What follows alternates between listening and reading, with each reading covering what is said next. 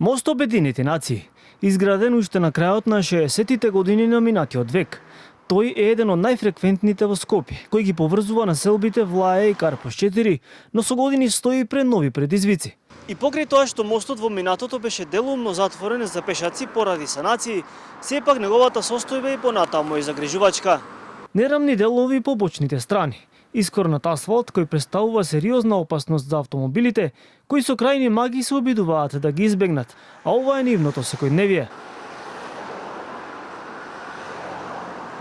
Дел од граѓаните се жалат на состојбата во која се наоѓа мостот. Сметаат дека треба итна санација на одредени делови од асфалтот.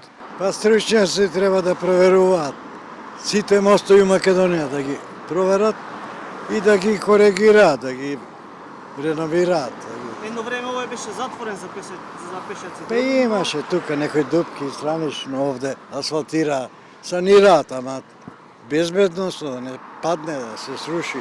Коли сообраќај масовен сообраќај.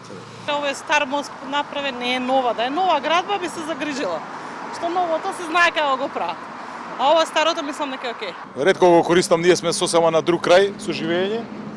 Меѓутоа мене ми делува дека е безбеден, да. Со оглед на тоа што има многу други поприоритетни работи. Така да.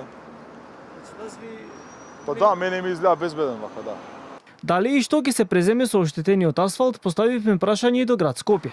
Сепак до ова информативно издание не добивме одговор. Инаку проблемот со мостовите низ земјава не е новитет.